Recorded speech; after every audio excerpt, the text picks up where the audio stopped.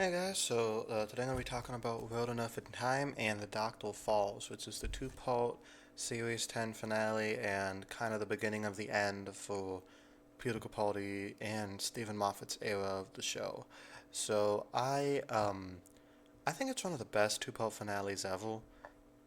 Not just the best finales ever. It's wraps up every character's arcs perfectly, and honestly, could have been the series finale for the entirety of Doctor Who.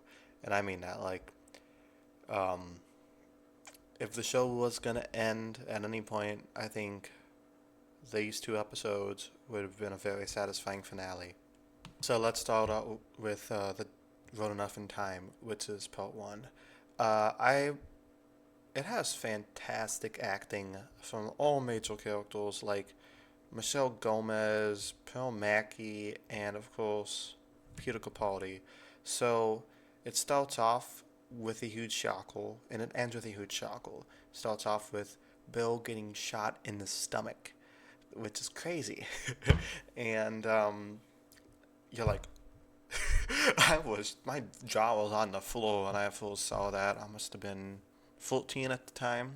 Oh, time flies, doesn't it? And then to see her go through those years on her end while it's only like a couple hours on the doctor's end is such a unique concept because it's like part of a black hole. Now I know nothing about science, so I don't know if that makes sense or not, but it just still makes for really interesting television. And she befriends this weird hobo guy, um, and she unfortunately gets converted into a Cyberman. And that whole scenario is so tragic because Bill hasn't really been with us this long. She's only been on the show one season. So to have all this tragic stuff happen to her so quickly is really sad because I think, if it wasn't for these episodes, she would have been traveling with the doctor for years because she seemed to love traveling with him. Um, and the pacing of this episode is so good. It's so creepy and eerie. It's like directed like a horror movie. Rachel Talalay comes back for these episodes, and like I said in my other videos that she directed, she's my favorite director the show has had. I don't know. She just has this intensity, this cinematic quality. I feel like I could watch these episodes in a movie theater. And Murray Gold has this creeping score as it reaches its crescendo, and you find out that she's one of the original Cybermen, the Mondasian Cybermen from the 10th planet. And I love that because I've said before, the Cybermen are at the most creepy when they look the most human, such as in the 10th planet. Bringing them back was such a good choice. And of course, that's not enough. You gotta have John Sim come back as the Master. Now I gotta say, the BBC showing that in the trailer ruined it for me, ruined it for millions of other people. Why show him in the trailer? Like, you've kept that secret for so long, and then to have him in the trailer just ruins it. It ruins it. Like one of the best plot twists Doctor Who has ever had. It's like if Breaking Bad showed Hank getting killed in the trailer for the beginning of the season.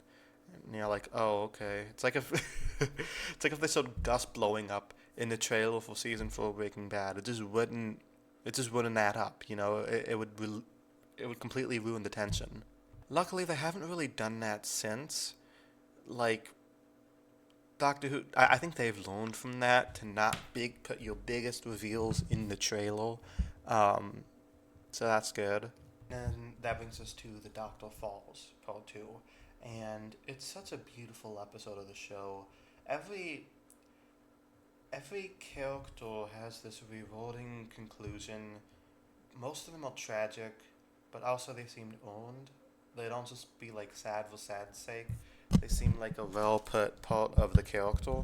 And Moffat is able to combine all these emotions like action, sadness, wonder, answering season long mysteries and questions, and it's just a very beautiful way to wrap up the season. Moffat has been with the show for a long time. He's been with it since 2005. He's been the showrunner since 2010. So this is his big last hurrah, and he tugs on the heartstrings. He's like, guys, I'm gonna make you sad one more time before I go. We have Nardole staying behind to save the day, even though he's probably gonna die very soon. We have like the doctor sacrificing himself to to hold the others back, and he knows like this is the end. I mean, it isn't the end, but like he thinks it's the end, and he's fine with that. Um, Peter Capaldi does such a good performance here. There's really little left to say that I haven't said already about him, but he pulls his heart into this. Just fighting to the last breath to save people kind of catapults who the Doctor is as a person. We have Bill, like, Bill Mackey gives such a good performance in this episode as she realizes she's a Cyberman and she can't go back. She can't return to a normal life, and she just has to accept that. There's this tragic element to it, and she's like, I'm gonna fight anyway. You know, I can never go back to the way I was. I'm probably gonna die soon. I just have to save as many people as I can. It shows how much she has learned from the Doctor, but also how brave she is in herself. Because, like I said earlier, she hasn't really been with us that long. She's only been on for 12 episodes, and see her leave so quickly is very heartbreaking. And I think the saddest one is Missy's exit. The Doctor's speech to her and the Master, urging them to fight with him, is, first of all, Peter Capaldi gives such a good performance, and Moffat has another one of his epic Capaldi speeches. This one just makes me, it just makes me so sad because I think at that point, I was like, before that I was kind of in denial, but at that point I realized my days with him are numbered. And his speech is just so beautiful, and like I said earlier, kind of culminates the Doctor's arc. Just to be kind. He doesn't do it to win. He doesn't do it to be smug. He just wants to help people.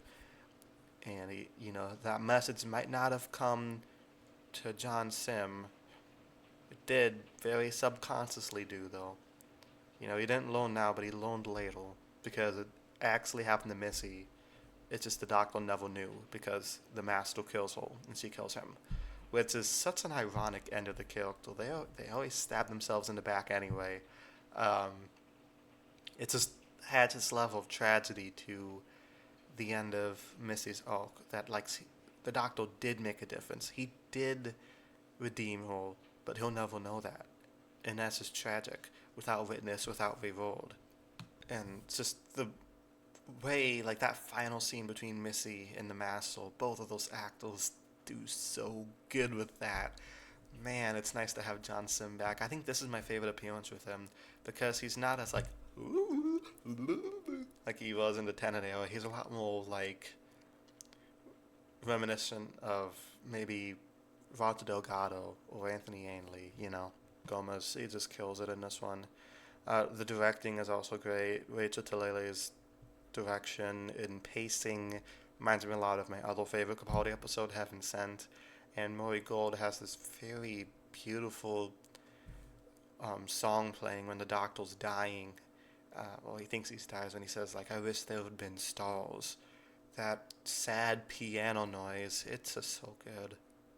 And Bill, you think Bill's gonna die, but then Puddle comes back to save her, which kind of ruins the dramatic ending in the same way Clara's death, not death, did.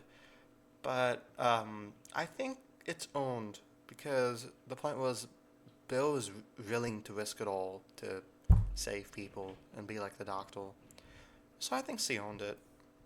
Tell I love this episode. Like I said, this would have been a good way to end the series. But then we had like the Chibnall era was kind of reinforced. Like maybe they should have just ended it here. But the show's never gonna end. The show's never gonna end. Like even if it goes on break for a while, it's never gonna stay gone forever. It's gonna come back one day. So yeah, let me know what you guys thought of these episodes down below, and I'll be back to talk about the last Capaldi episode, the little quota to these episodes, Twice Upon a Time. Thank you guys so much for watching, and I'll talk to you guys next time. Peace.